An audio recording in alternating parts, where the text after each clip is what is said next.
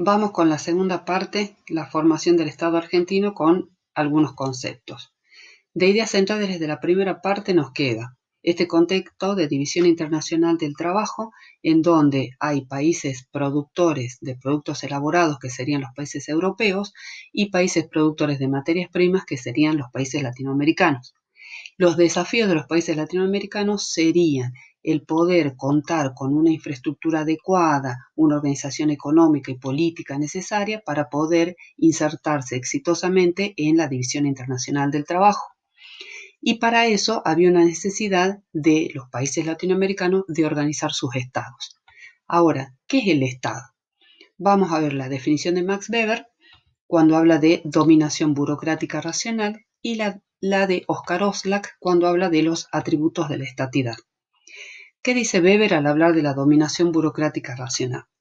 Él dice, la dominación depende de la presencia real de una persona dando órdenes a los otros con éxito. Ahora, este dar órdenes a los otros con éxito no implica necesariamente la existencia de un organismo administrativo o ni siquiera la existencia de una organización. Es decir, lograr que la otra persona obedezca lo que yo digo no necesariamente implica que haya algún aparato de sostén de mi autoridad.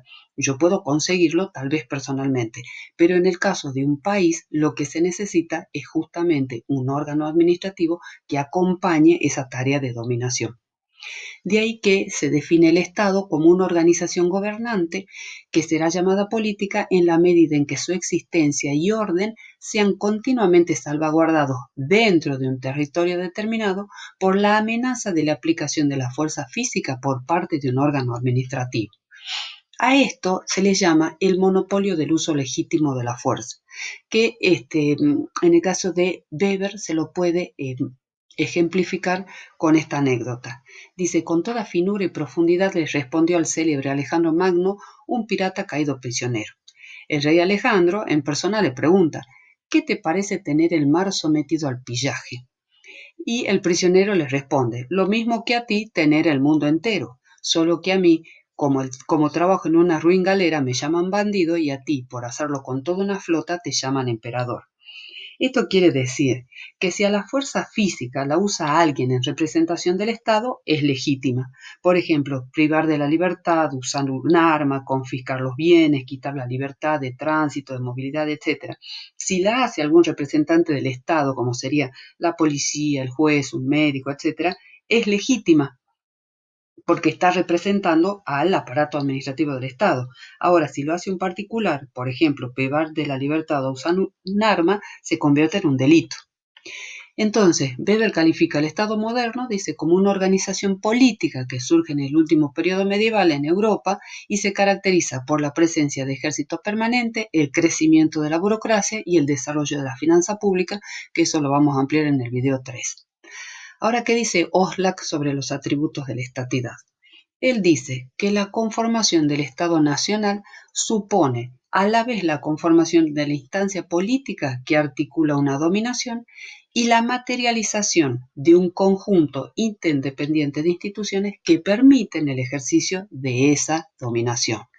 Entonces, de acuerdo a ello, define 4 atributos que tienen que tener las organizaciones políticas que quieran ser Estado.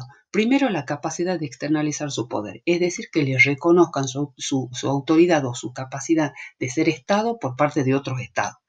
Capacidad de institucionar su autoridad. Eso significa que hacia adentro cuente con órganos que ejerzan el uso legítimo de la fuerza, que era lo que decía Weber, policía, ejército, gendarmería, etc. Capacidad de diferenciar su control, es decir, que tenga, lo que decía Weber, un grupo de personas que armen un aparato administrativo que sería la burocracia. Y la capacidad de internalizar una identidad colectiva, que sería la idea de conseguir este sentimiento de pertenencia, como la adhesión a símbolos patrios como el himno, la bandera, la historia, la idiosincrasia, etc. Estos elementos son los que definen a la estatidad según Oslak.